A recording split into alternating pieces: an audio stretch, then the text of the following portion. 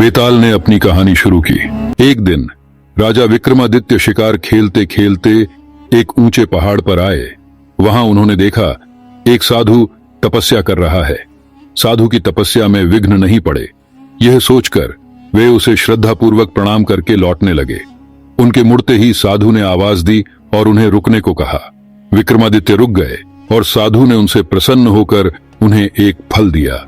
उसने कहा, जो भी इस फल को खाएगा तेजस्वी और यशस्वी पुत्र प्राप्त करेगा। फल प्राप्त कर जब वे लौट रहे थे तो उनकी नजर एक तेजी से दौड़ती महिला पर पड़ी। दौड़ते दौड़ते एक कुएं के पास आई और छलांग लगाने को उद्यत हुई। विक्रम ने उसे थाम लिया और इस प्रकार आत्महत्या करने का कारण जानना चाहा।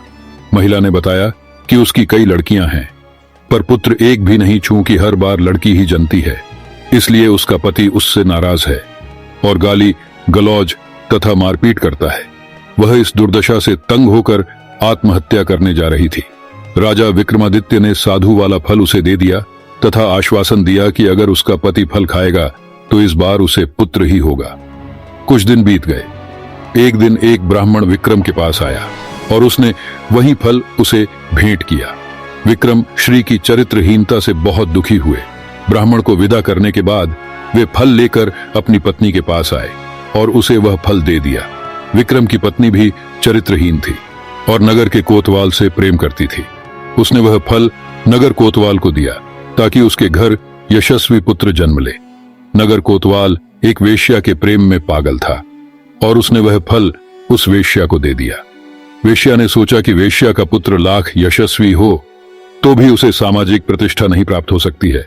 उसने काफी सोचने के बाद यह निष्कर्ष निकाला कि इस फल को खाने का असली अधिकारी राजा विक्रमादित्य ही है।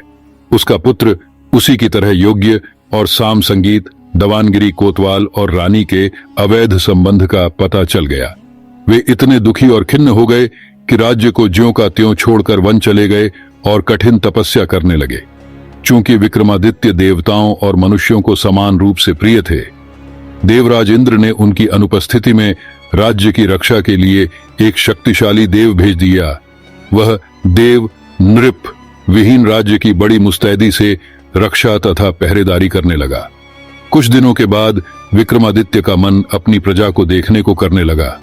जब उन्होंने अपने राज्य में प्रवेश करने की चेष्टा की तो देव सामने आ खड़ा हुआ। उसे अपनी वास्तविक पहचान देने के लिए विक्रम ने उससे युद्ध किया और पराजित किया। पराजित देव मान गया कि उसे हराने वाले विक्रमादित्य ही हैं और उसने उन्हें बताया कि उनका एक पिछले जन्म का शत्रु यहां आ पहुंचा है और सिद्ध कर रहा है। वह उन्हें खत्म करने का हर संभव प्रयास करेगा। यदि विक्रम ने उसका वध कर दिया तो लंबे समय तक वे निर्विघ्न राज्य करेंगे।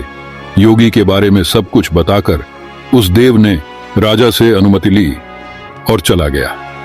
विक्रम की चरित्रहीन पत्नी तब तक ग्लानि से विष खाकर मर चुकी थी। विक्रम ने आकर अपना राजपाट संभाल लिया और राज्य का सभी काम सुचारू पूर्वक चलने लगा। कुछ दिनों के बाद उनके दरबार में वह योगी आ पहुंचा। उसने विक्रम को एक ऐसा फल दिया जिसे काटने पर एक कीमती लाल निकला। पारितोषिक के बदले उसने विक्रम से उनकी सहायता की कामना की। विक्रम सहर्ष तैयार हो गए और उसके साथ चल पड़े। वे दोनों शमशान पहुंचे तो योगी ने बताया कि एक पेड़ पर बेताल लटक रहा है और एक सिद्ध के लिए उसे बेताल की आवश्यकता है। उसने विक्रम से अनुरोध किया कि वे बेताल को उतारकर उसके पास ले आए। विक्रम उस पेड़ से बेताल को उतारकर कंधे पर लादकर लाने की कोशिश करने लगे। बेताल बार बार उनकी असावधानी का फायदा उठाकर उड़ जाता और पेड़ पर लटक जाता। ऐसा 24 बार हुआ। हर बार बेताल रास्ते में विक्रम को एक कहानी सुनाता। 25वीं बार बेताल ने विक्रम को बताया कि जिस योगी ने उसे लाने भेजा है वह दुष्ट और धोखेबाज है। उसकी तांत्रिक सिद्धि की आज समाप्ति है तथा आज वह विक्रम की बलि दे देगा। जब विक्रम देवी के सामने सर झुकाए, राजा की बलि से ही उसकी सिद्धि पूरी हो सकती है। विक्रम को तुरंत इंद्र के देव की चेतावनी याद आई। उन्होंने बेताल को धन्यवाद दिया और उसे लाद कर योगी के पास आए। योगी उसे देखकर अत्यंत खुश हुआ और विक्रम से देवी के चरणों में सर झुकाने को कहा। विक्रम ने योगी को सर झुकाकर सर झुकाने की विधि बेताल बता रखी थी। योगी ने अपना सर देवी चरणों में झुकाया कि विक्रम ने तलवार से उसकी गर्दन काट दी। देवी बलि पाकर प्रसन्न हुई। और उन्होंने विक्रम को 2 बेताल सेवक दिए।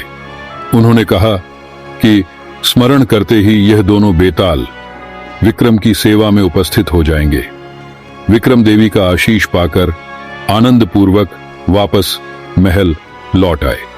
वीडियो पसंद आए तो कमेंट में जय श्री राम जरूर लिखें।